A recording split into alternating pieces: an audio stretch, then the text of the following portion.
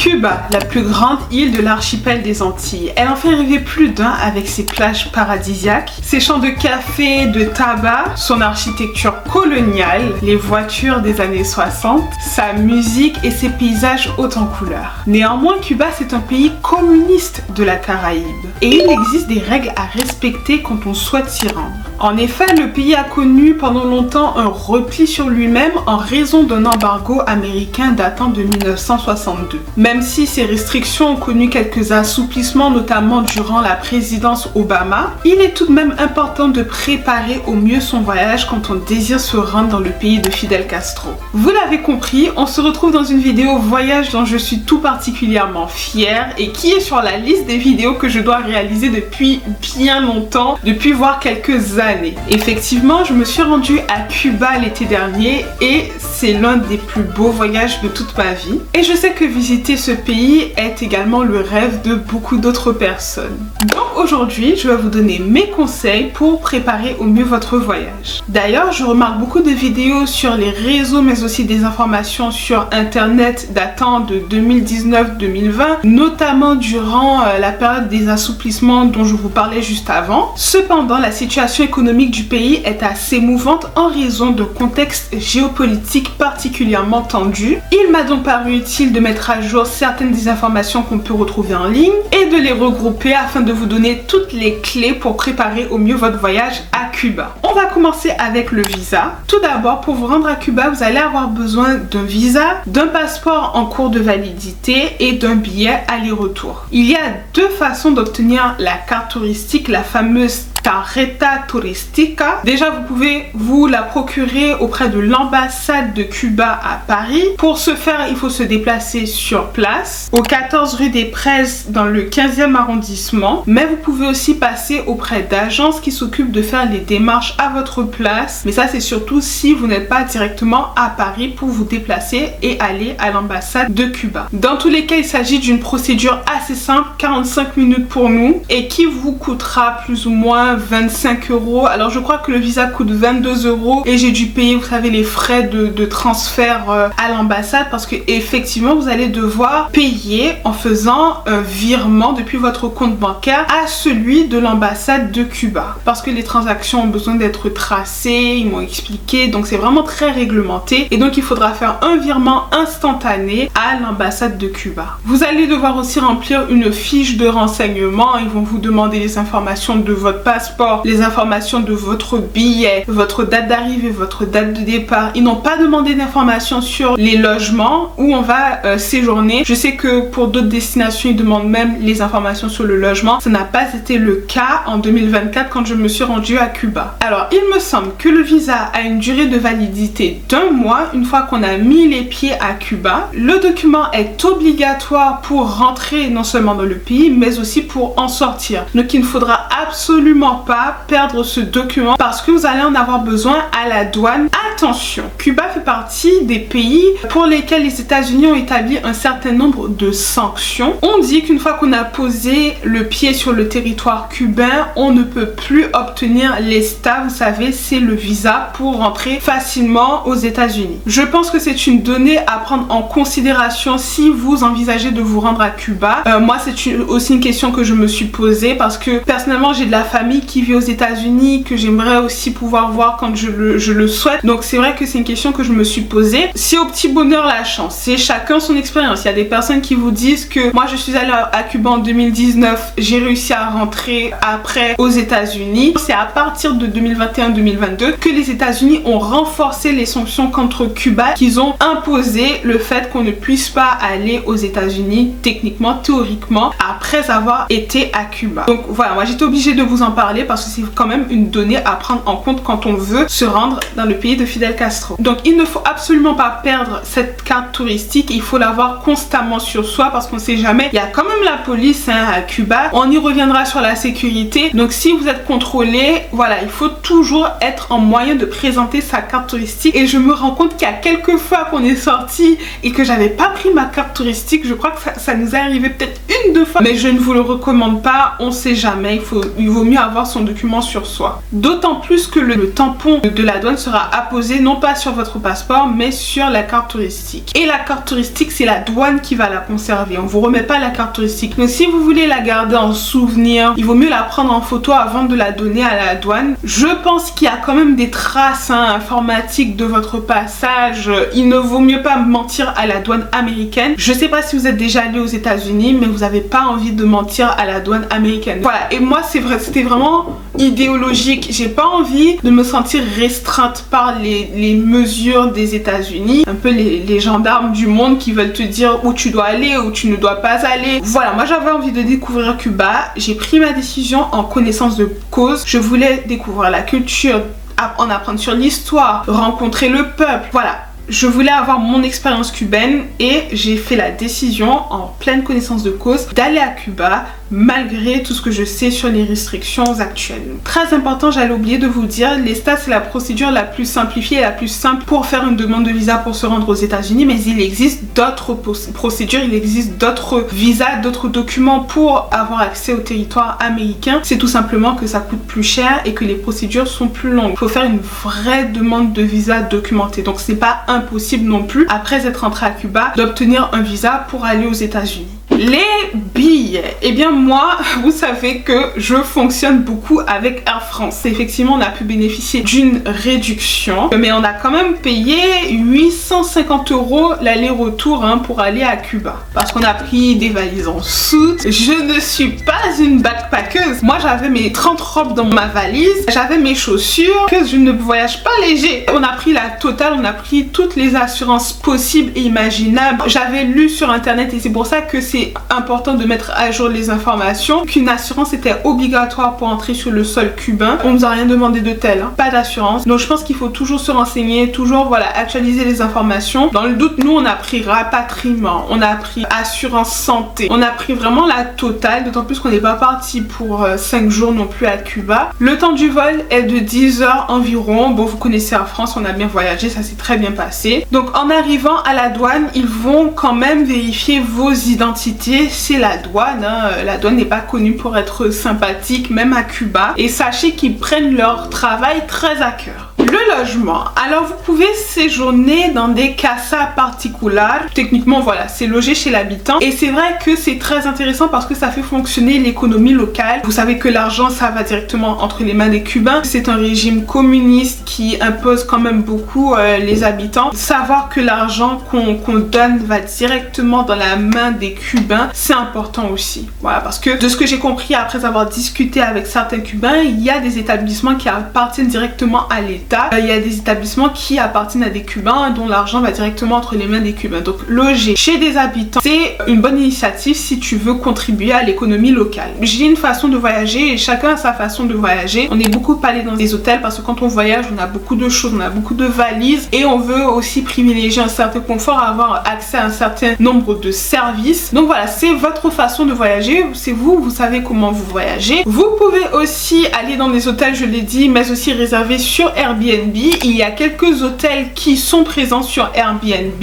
Là, on va faire un point Airbnb. Il faut savoir à propos de Airbnb que ça ne fonctionne pas à Cuba même. Si vous voulez séjourner à Cuba en réservant sur un site de Airbnb, il faudra régler votre séjour avant d'arriver sur le territoire cubain. Pour des raisons qui me dépassent, certainement parce qu'il s'agit d'un site américain, les paiements n'aboutissent pas sur le site de Airbnb quand on est à Cuba. Même quand on a une connexion internet, peu importe, les paiements n'aboutissent pas. Moi, je vous conseille de régler tous vos séjours sur le site d'Airbnb avant d'avoir pénétré sur le territoire cubain. Ensuite, les activités. Vous savez qu'Airbnb propose un certain nombre d'activités qui sont vérifiées, qui sont certifiées, qui sont vraiment très pratiques aussi quand on lit bien les commentaires. Quand on s'assure bien de ne pas être tombé sur une arnaque, ça peut être très utile et je vous recommande même de passer sur le site de Airbnb pour réserver un certain nombre d'activités. Mais encore une fois, il faudra régler vos activités avant d'avoir pénétré sur le territoire cubain. Parce qu'une fois que vous aurez pénétré sur le territoire cubain, vous aurez beau insister, les paiements n'aboutiront simplement pas. Donc, ce que vous pouvez faire, si vous arrivez encore sur place et que vous souhaitez régler avec Airbnb, c'est qu'il faudra payer en espèces. De toutes les façons, les commerçants préfèrent être payés dans les devises étrangères. La monnaie, justement, on y vient avec la monnaie. La monnaie, c'est un sujet très important, c'est le nerf de la guerre pour réussir votre voyage à Cuba. Je rigole parce que vous verrez dans les vlogs que j'ai tellement d'anecdotes à ce sujet. Là, c'est un guide touristique. On va pas rentrer dans les détails, il faudra regarder les vlogs. Aujourd'hui, j'en rigole, mais sur le moment, ça m'avait pas fait rire. Vous allez pouvoir retrouver plusieurs devises sur le sol, sur le territoire cubain. Déjà, il y a le pesos, les pesos cubanos, qui est la monnaie nationale de Cuba. Vous allez retrouver des euros et des dollars. C'est les trois devises que vous allez retrouver majoritairement sur le territoire. Cuba est un pays qui rencontre de nombreuses difficultés économiques, notamment à cause de l'embargo américain datant de 1962, ça je l'ai déjà dit, et qui est encore d'actualité aujourd'hui. Je l'ai dit, certes, ça s'est un peu assoupli sous la présidence d'Obama, mais récemment, depuis 2021, l'embargo s'est de nouveau renforcé. Les États-Unis et Cuba ne sont pas dans les meilleurs termes en ce moment à cause d'un contexte géopolitique plus global. Il faut parler de la Russie, il faut parler du bloc communiste et le bloc capitaliste, libéral. Donc voilà, je vais pas rentrer dans les détails dans cette vidéo parce que je suis capable de le faire et j'aime bien ça.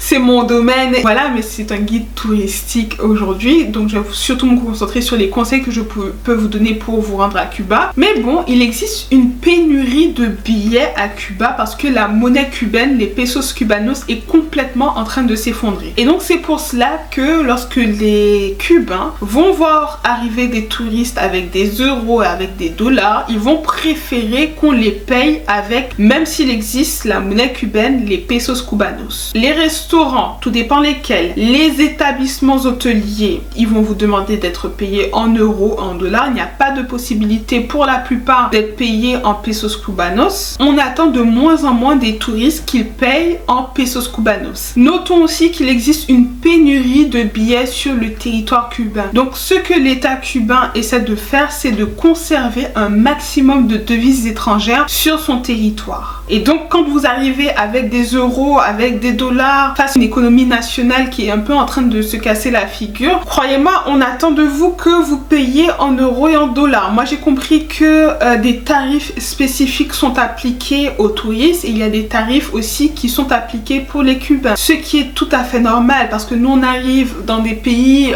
qui ont une économie plus forte, on a certains avantages et donc je trouve que c'est tout à fait normal qu'on paye un peu plus que les Cubains qui eux rencontrent vraiment des difficultés sur place. Donc voilà, par exemple si vous allez prendre les transports en commun, je sais qu'il y a un prix pour les touristes, un prix pour les Cubains. Quand vous allez dans certains supermarchés, il y a certains établissements, des commerces qui ne sont pas accessibles pour les étrangers parce que tout simplement il y a une pénurie alimentaire mais aussi des médicaments bien évidemment qui vont privilégier un certain nombre d'aliments, de commerces, voilà, pour leur population et qu'il y a un accès limité pour les étrangers qui vont de toutes les façons dans les restaurants. Et en plus de cela, certains commerçants, certains établissements n'acceptent pas les pièces. Vous savez, les pièces c'est 1 euro, les 2 euros que nous on va avoir. Ils ne les acceptent pas parce que ça n'a aucune valeur lorsqu'ils se rendent à la banque. Certaines banques n'acceptent pas le retrait pour les étrangers. Il faut le savoir. Vous verrez dans le vlog.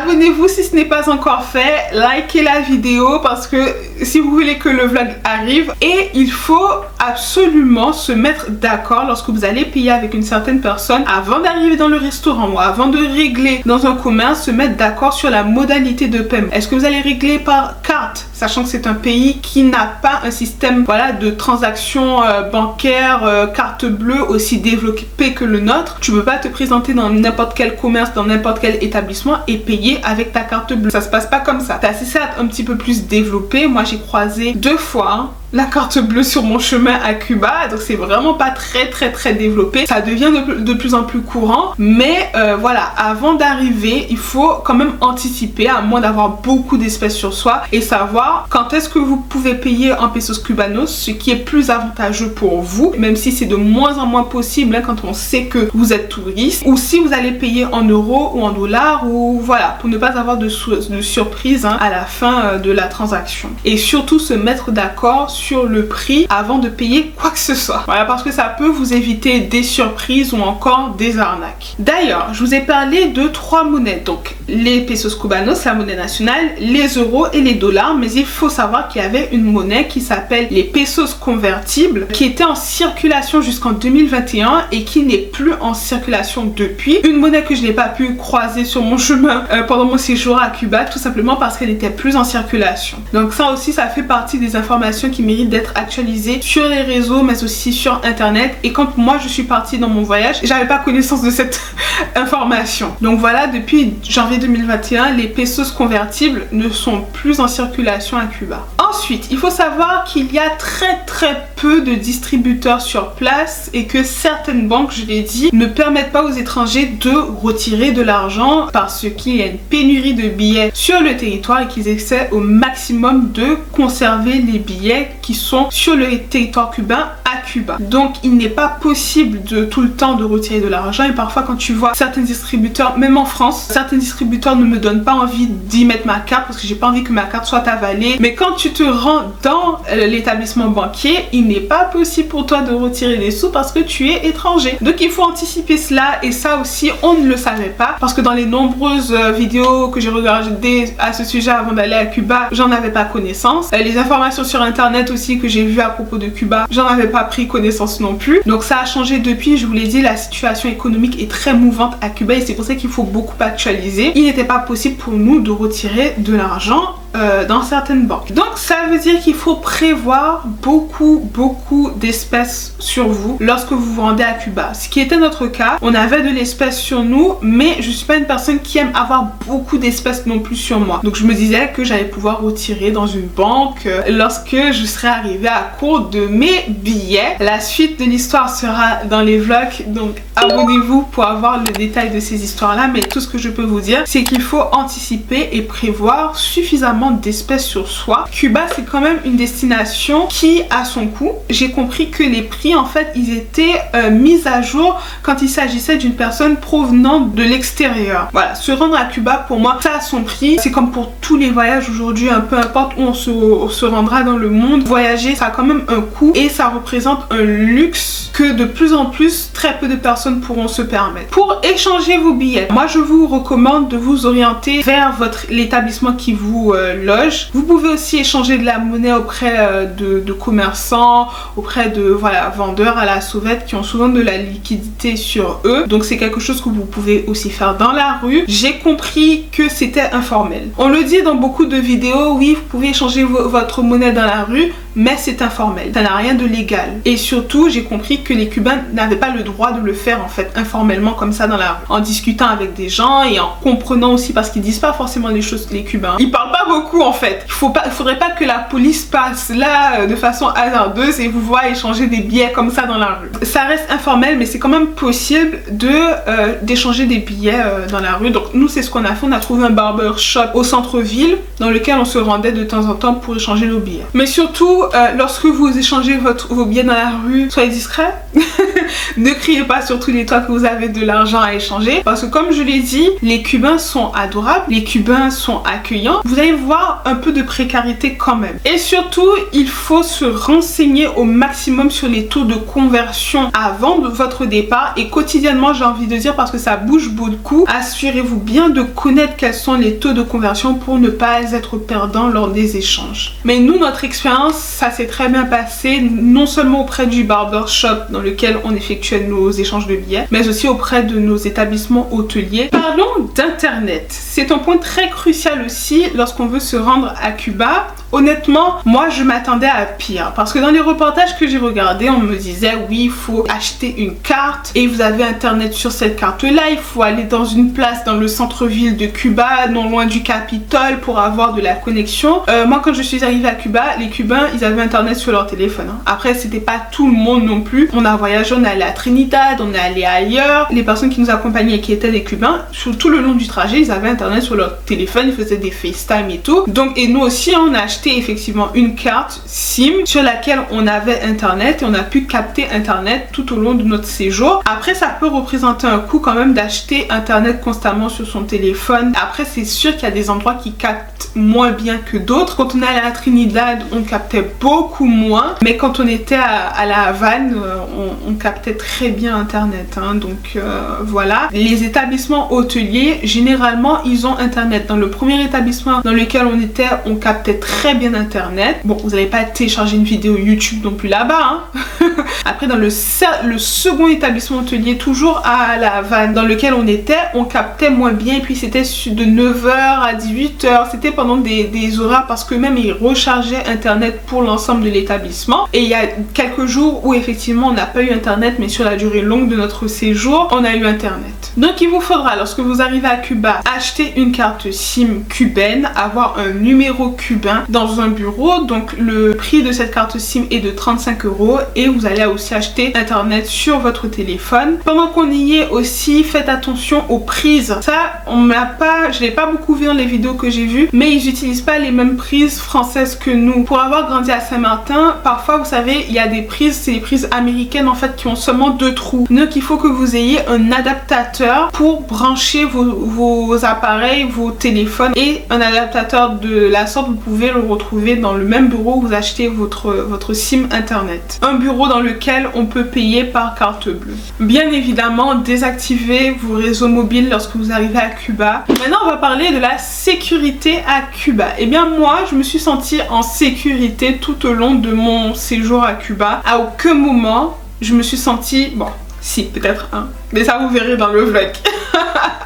Mais je me suis plutôt relativement sentie en sécurité à Cuba, d'autant plus qu'il y a des patrouilles à la Havane surtout. Vous allez voir beaucoup de patrouilles de militaires mais aussi de policiers à Cuba, donc ça vous permet de vous sentir quand même en sécurité. Je sais que dans certains pays la police, on s'en méfie un peu, mais pas à Cuba, j'ai pas eu ce sentiment là. Même sur la route, il y a plusieurs points de contrôle que les Cubains connaissent, ils ralentissent, vous savez, quand ils arrivent dans ces points de contrôle là. À aucun moment je me suis sentie en insécurité à Cuba. Comme pour tout voyage, moi je vais vous conseiller de vous renseigner sur le quartier dans lequel vous allez séjourner. Si c'est un hôtel, vous lisez toutes les revues sur l'hôtel. Si c'est sur Airbnb, encore mieux, vous lisez toutes les commentaires sur l'hôtel et surtout vous renseignez sur les environnements de votre logement. On a marché de jour comme de nuit dans la vieille Havane. Je me rappelle d'un soir aussi parce qu'on hésitait à sortir la nuit, et puis un soir comme ça on est sorti la nuit, on a marché, et je crois que c'est l'une des plus belles balades qu'on a eues à Cuba ce soir là, quand on est sorti en freestyle, en spontané, qu'on a marché sur le Malecón. On a marché le long du Malecón la nuit, c'était vraiment génial. Et comme je vous l'ai dit, pour nous vraiment on passait pour des Cubaines, mais dès qu'on ouvrait la bouche, les gens